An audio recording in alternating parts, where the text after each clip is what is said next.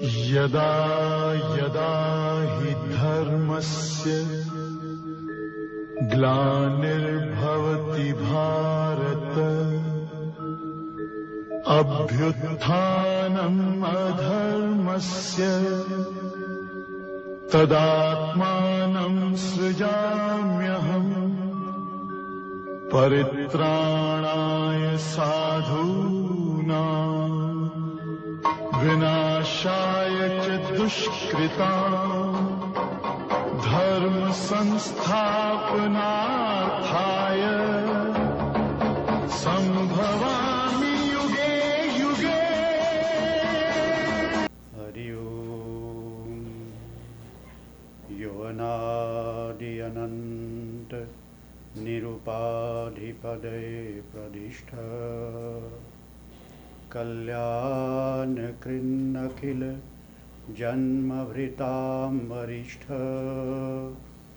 पापान्निवारयति पाति च सत्सखेव स्वयं प्रसीदतु सनातन धर्मदेव। प्रिय दर्शकों, सादर नमस्कार।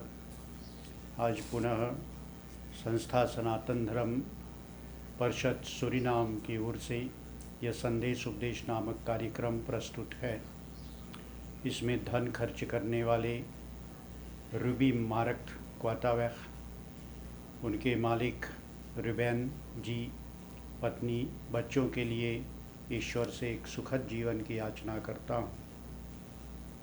आपका पुनः आज हमारा तारतम्य जुड़ा हुआ है। हम एक दूसरे के साथ भगवती श्री नवदुर्गा देवी के इस विशेष पर्व के अंतर जुड़े हुए हैं और विशेष करके इस नवरात्रि काल में हमारा व्रत, जिस प्रकार हम भी घर पे भगवती के लिए अपने सुख के अर्थ, समृद्धि के अर्थ, धन के प्राप्ति के लिए, विद्या के प्राप्ति के लिए जो भी कुछ किसी प्रकार से बालक से लेकर के वृद्ध तक अपने अपने व्रत को करते हैं, उन व्रतों का फल भगवती उन्हें प्रदान करे, ऐसे माता से प्रार्थना करता हूँ। शरणागत दीनार्थ परित्राण परायणी सर्वस्यार्ति हरि देवी नारायणी नमोस्तुते। जय त्वं देवी चामुण्डे, जय भूतार्तिहारिणी, जय सर्वगते देवी कालरात्रि नमोस्तुते। श्रीयै नमः। नवरात्र का समय है। सभी प्रकार का सुख भगवती दुर्गा जी से प्राप्त होते हैं। ईश्वर कहो, भगवान श्री गणेश, नारायण, श्री कृष्ण, लक्ष्मी जी, श्री राम जी, जिस भी नाम से आप ईश्वर को, ब्रह्म को, उस सर्व शक्ति को, आद्या शक्ति को, सबसे जो ऊपर है, सबसे अधिक आदरणीय है, उसको किसी भी नाम से यदि आप याद करते हैं, किसी भी काल, किसी भी समय में, वह है वास्तव में एक ही, एकम सत्य, एक ही सत्य है। विप्राह बहुधा वदन्ति, और उसे विद्वानों ने बहुत प्रकार से अनंत नामों को दे करके उसी एक को याद करते हैं।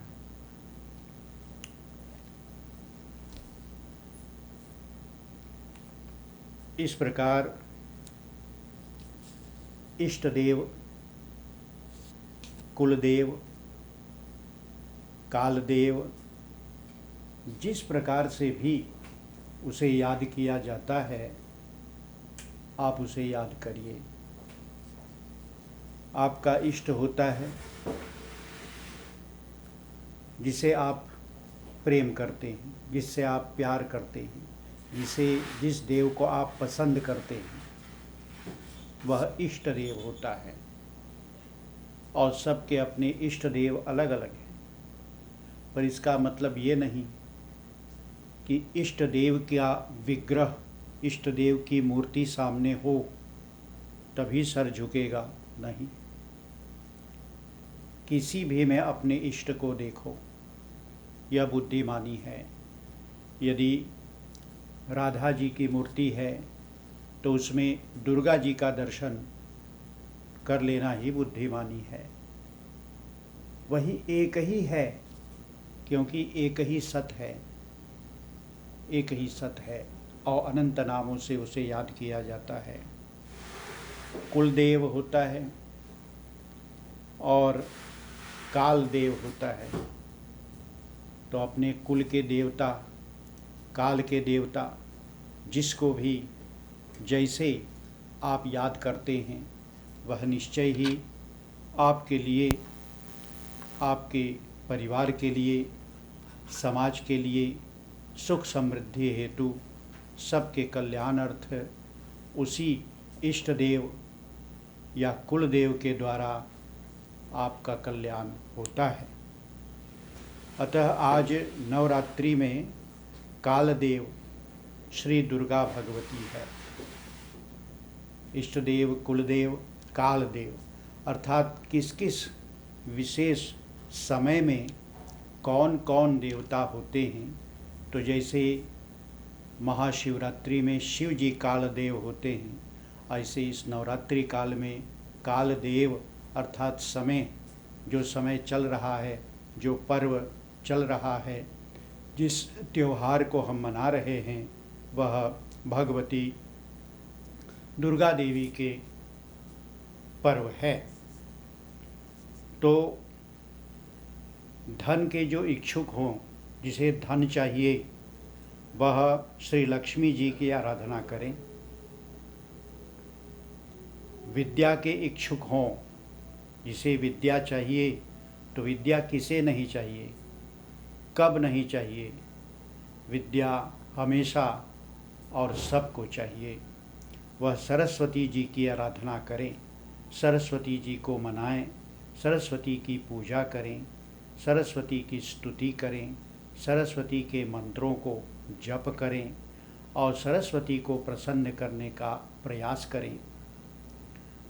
कल्याण के इच्छुक, जिन्हें कल्याण चाहिए, कल्याण माने मंगल, कल्याण माने हर प्रकार की सुविधा, वह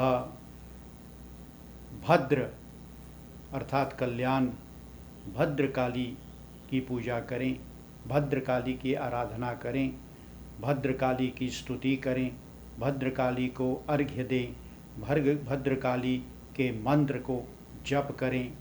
भद्र का अर्थ ही होता है कल्याण, ठीक।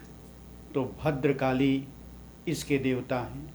तो इस काल देव में दुर्गा देवी के 3 विशेष स्वरूप हैं, जिसे महाकाली, महालक्ष्मी और महासरस्वती। इन 9 दिनों के बीच में 3-3 दिन इन देवियों के नाम विशेष है। और आज का ये समय आपका जो चल रहा है, ये महालक्ष्मी का काल है।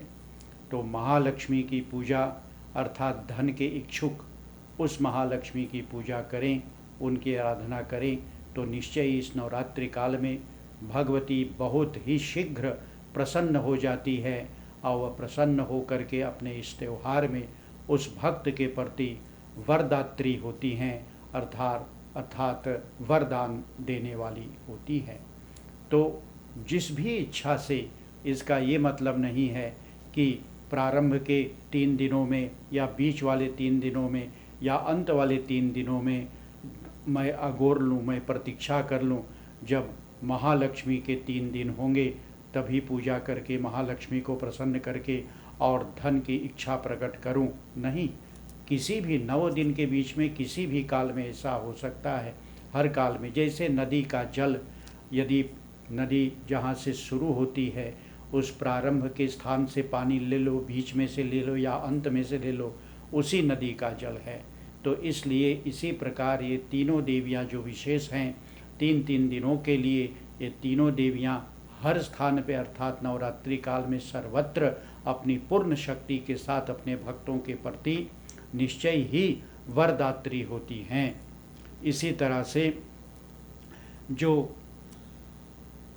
किसकी आराधना इन तीनों में से करें, विशेष जिस एक की आराधना से सब सिद्धि है, सब सिद्धि, सब कुछ मिलने वाली जो है वो एक ही की आराधना से सब कुछ मिल सकते हैं, तो वो देव हैं सरस्वती जी। सरस्वती जी विद्या की अधिष्ठात्री देवी है, जिससे विद्या, जिससे ज्ञान, जिससे विवेक उत्पन्न होते हैं, ऐसे वह भगवती सरस्वती देवी जी हैं।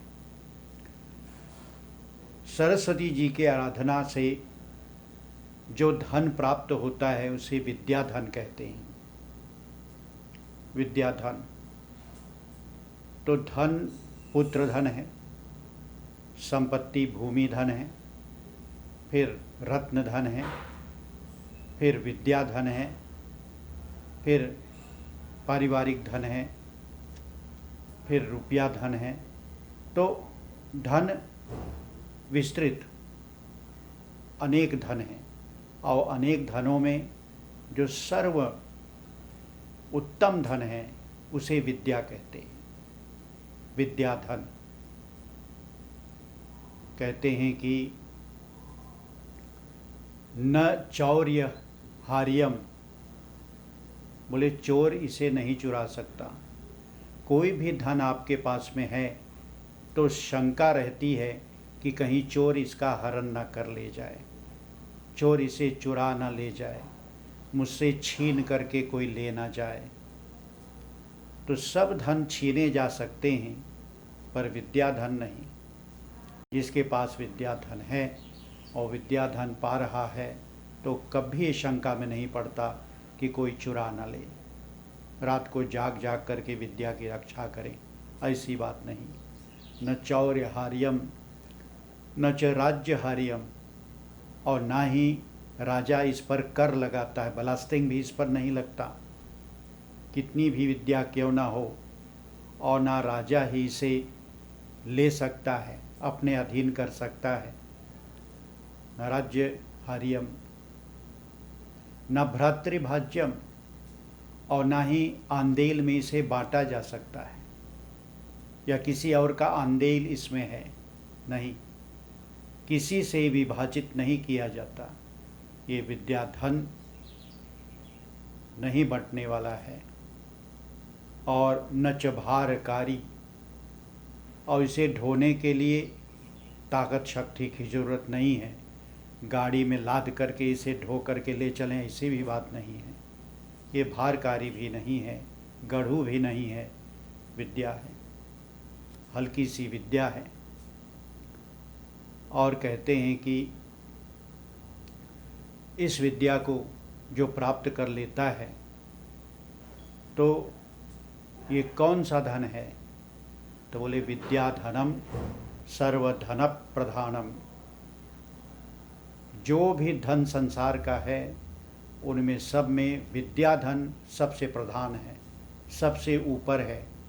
क्योंकि विद्या धन पा करके होता क्या है, तो विद्या धन पा करके व्यक्ति विद्या ददाति विनयम, विनय को प्राप्त होता है, व्यक्ति झुक जाता है। जैसे पेड़ फल लेकर के झुक जाते हैं, इसी प्रकार विद्या पा करके व्यक्ति झुक जाता है।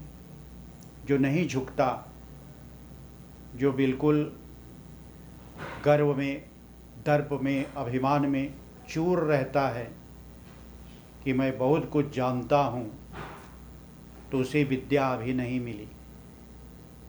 उसे कुछ यहाँ वहाँ से कुछ विद्या के नाम पर मिली हुई चीज़ें हैं, पर वास्तविक विद्या जिसे कहते हैं, जो पढ़ते पढ़ते, सीखते सीखते, सुनते सुनते, जानते जानते जाना जाता है कुछ दूर तक, उसे विद्या कहते हैं। और विद्या पा करके व्यक्ति विद्वान होता है, पर विद्वान वही होगा जो झुकेगा, जो भी नम्र रहेगा, जो नम्रतापूर्वक रह सकता हो, वही विद्वान होता है। तो विद्या ददाति विनयम विनयात पात्रताम। और जब व्यक्ति झुक जाता है, विनीत हो जाता है, तो उसे पात्र प्राप्त हो जाता है, अर्थात वो पात्र बन जाता है, अधिकारी बन जाता है। किसका अधिकारी बनता है?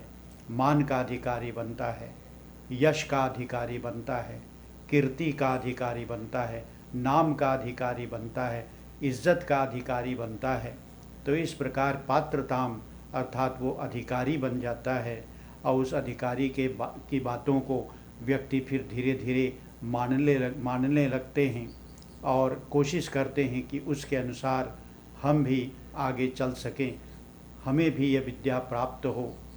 तो पात्रात धनमापनोति। और व्यक्ति जब पात्र बन जाता है तो उसे धन प्राप्त होता है। और कौन कौन धन उसे प्राप्त होते हैं? तो कहते हैं कि आजीविका, जीवन चलाने के लिए आजीविका रूप धन उसे प्राप्त होता है। वो जहाँ भी जाता है, जिसे भी उपदेश करता है, या जहाँ पर भी अपनी शिक्षा औरों में वितरण करता है, बांटता है, किसी को पढ़ाता है और स्कूल चलाता है, इस प्रकार से उन्हें इज्जत रूप धन, मान रूप धन प्राप्त होता है। और साथ ही साथ कुछ कौड़ी डबल पैसा जिसे कहते हैं, वह भी उन्हें प्राप्त होता है। देने वाले लोग उसे देते हैं, जिससे उन्हें भी कभी हाथ फैलाकर किसी से मांगना नहीं होता। तो ये पात्रता जब व्यक्ति को प्राप्त हो जाता है, तब वह फिर धनमापनोति, तो धन पाता है, और उस धन के द्वारा अपने का पोषण पालन करता ज़रूर है, पर उसके अतिरिक्त धन से होता क्या है? तो बोले धनात् धर्मम। तो धन से उन्हें धर्म करता है, धर्म करता है, अर्थात सही कार्य में उसे लगाता है, सामाजिक कार्य में उसे लगाता है, परोपकार में उसे लगाता है, ज़रूरतमंदों की सहायता करता है। तो इस प्रकार ये चली कहाँ से? विद्या से। विद्या मिलने पर ये सब कुछ होता है। और जब वह धर्म पा लेता है, धर्म के मार्ग पर आता है, औरों को धर्म के मार्ग पर लाता है, तो बोले हैं कि धनात् धर्मम ततः सुखम। और फिर अंत में उसे सुख मिलता है, सुख। तो विद्या के समान उत्तम धन नहीं, और विद्या के समान सुखदाता कोई नहीं। विद्या बहुत सुख देने वाली है, इसलिए सदैव विद्या कहाँ से मिले कोशिश करनी है। आज स्कूल प्रारंभ हो गया है, और स्कूल के समय बालक बालिकाएं, युवा, वृद्ध भी स्कूल जाते हैं, और जो स्कूल नहीं जाते वे कहीं और से कोई ना कोई शिक्षा या सत्संग के द्वारा अपने विवेक को बढ़ाते हैं, अपनी विद्या को बढ़ाते हैं, ज्ञान का समृद्धन करते हैं, और भी चौड़ा ज्ञान उनको होता है, प्रकाश में आते हैं, अंधकार से दूर हट जाते हैं। इस प्रकार सभी लोग विद्या के लिए चल पड़े हैं। उन बालक बालिकाओं और युवक युवतियों के लिए मैं भगवान से, भगवती सरस्वती से यही प्रार्थना करूं कि भगवती सरस्वती निश्चय ही आपके इस कार्य में सहयोगिनी बने। और आपको ये उपदेश करता हूँ कि आप निश्चय ही सरस्वती माता की वंदना करें। वो विद्या की देवी है, विद्या के स्रोत हैं, वहीं से विद्या आती है। जो भी विद्या जहाँ पर भी, जिस भाषा में भी, जिस प्रकार की भी विद्या हो, सबकी दात्री भगवती सरस्वती है। इस नवरात्रि काल में विशेष उनकी पूजा आराधना होती हैं। अभी 2-4 दिन इस नवरात्रि काल में बाकी हैं। जो हमें सुन रहे हैं, देख रहे हैं, समझ रहे हैं, वे निश्चय ही मंदिर जाएं या घर पे ही कहीं पर भी सरस्वती की पूजा करें, सरस्वती की आराधना करें। वे सफ़ेद रंग उन्हें अधिक पसंद है। सफ़ेद रंग का अर्थ होता है जो निर्मल हो, जो दाग से रहित हो, जो बिल्कुल शुद्ध हो। इस प्रकार सरस्वती विद्या की देवी, विद्या बहुत शुद्ध वस्तु है। शुद्ध इस वस्तु को व्यक्ति ग्रहण करके स्वयं शुद्ध हो जाता है, निर्मल हो जाता है, पवित्र बन जाता है और उसे यह धन जब प्राप्त हो जाता है तब वह झुकता है। इस प्रकार वो नव जाता है और संसार में सभी के साथ में उनका बर्ताव अच्छा होता है, लोग उन्हें पसंद करना शुरू करते हैं। तो इसलिए कहता हूँ कि स्कूल शुरू हो गया है, प्रारंभ हो चला है, अतः विद्या सर्वत्र सुख देती है। विद्या के समान मित्र दूसरा नहीं है। विद्या वह मित्र है जो तुम्हें कभी नहीं छोड़ने वाली है। सभी मित्र, सभी परिवार, सभी संबंधी, सभी कैनस जो भी हैं, सभी एक एक दिन छोड़ते चले जाते हैं, पर विद्या ये मित्र है, ये सदैव साथ रहने वाला है। यही भ्राता है, यही पिता है, यही माता है, यही सब कुछ है उस एक व्यक्ति के लिए जो विद्या ग्रहण करे, क्योंकि ये विद्या छोड़ करके नहीं जाती। इसलिए विद्या के समान कोई दूसरा मित्र नहीं है। कहते हैं कि सरस्वती के भंडार की बड़ी अपूरब बात। तो सरस्वती की देवी के भंडार की अपूरब बात है। अपूरब बात माने ये और कहीं पर नहीं घटती, ये केवल सरस्वती के भंडार में घटती है। बोले क्या? तो बोले खर्चे से बढ़ जात है, खर्चे से बढ़ जात है। अब बताओ कौन धन है ऐसा जो खर्चा करो फिर भी बढ़ते रहे, खर्चा करो फिर भी बढ़ते रहे। उस धन में से देते रहो, औरों को बांटते रहो, फिर भी बढ़ते रहे। हाँ, ये विद्या धन है। ये जितना भी बांटो, जितना भी अन्यों के साथ में इसका आदान प्रदान करो, ये विद्या धन बढ़ता ही रहता है, बढ़ता ही रहता है, बढ़ता ही रहता है। और बिन खर्चे घट जाए। और यदि खर्चा ना करो तो आप भी अपने यहाँ देखेंगे कितने लोग हैं बोले कि अरे जो आप पूछ रहे हैं तो मैं 40-45 वर्ष पहले पढ़ा था, पर अब तो भूल गया हूँ, क्योंकि खर्चा नहीं किया। उसे यदि वितरण करते रहते, अन्यों से बांटते रहते, आदान प्रदान होता रहता, तब वह कभी घटता नहीं। पर क्या करें, न वितरण करने के कारण घट गया। तो ये धन बांटने से बढ़ता है और न बांटने से घटता चला जाता है। इसलिए जिसके पास विद्या हो, विद्या क्या बात है, कोई भी नई बात जान लो, कोई भी अच्छी बात जान लो, कोई भी उपदेशपूर्ण बात जान लो, तो वितरण कर दो, उसे बांट लो, अन्यों को बता दो, समझा दो अन्यों को। ठीक, तुम कल नहीं रहोगे, तो जो तुम्हारा अनुभव है वो कहीं और नहीं जीवित रह सकता। तुम्हारा अनुभव भी तुम्हारे साथ चला गया। इसलिए अपने अनुभव को सदैव बांटते रहना चाहिए। यह समाज इसी प्रकार से अग्रसर होता चला जाएगा। और ये विद्या धन जो है आज तुम्हारे पास है, कल किसी और के पास, और सारे विश्व में हर जन के पास ये पहुँचे। इस प्रकार से ये विद्या धन सर्वधन प्रधानम। कोई भी धन ऐसा नहीं है जो विद्या धन को मात दे जाए। विद्या धन से बड़ा और कोई धन नहीं है, चाहे वो कन्या धन हो, चाहे वो पुत्र धन हो, चाहे वो रत्न धन हो, चाहे गौधन हो, चाहे संपत्ति धन हो, कोई भी धन हो, सभी धनों में विद्या प्रधान है। क्योंकि विद्या पा लेने से आप सर्वत्र पूजित होंगे, सर्वत्र आदर मिलेगा, और सर्वत्र दुनिया में किसी जगह आप रहेंगे और जो विद्या आपके पास में है उस विद्या के द्वारा निश्चय ही आजीविका आपको प्राप्त होगा, रोजगारी आपको मिलेगा और आप एक रोटी खा सकेंगे, पा सकेंगे, बिना मांगे ही पर कमा के खा सकेंगे। इसलिए विद्या धन को आप प्राप्त कीजिए। और मैं उन बालक बालिकाओं से, युवा युवतियों से यही कहूँगा कि भाई सरस्वती माता की आराधना करो। उनकी आराधना करके देख लो कि तुम्हारी विद्या के मार्ग में किस प्रकार की यात्रा होती है, और उस यात्रा में निश्चय ही एक दिन तुम विद्वान होगे। इन्हीं शब्दों के साथ मैं वाणी को विराम देता हूँ और फिर अगले सप्ताह आपसे मिलते हैं। नवरात्रि काल की बहुत सारी बधाइयाँ। हरिओम। शांति शांति शांति।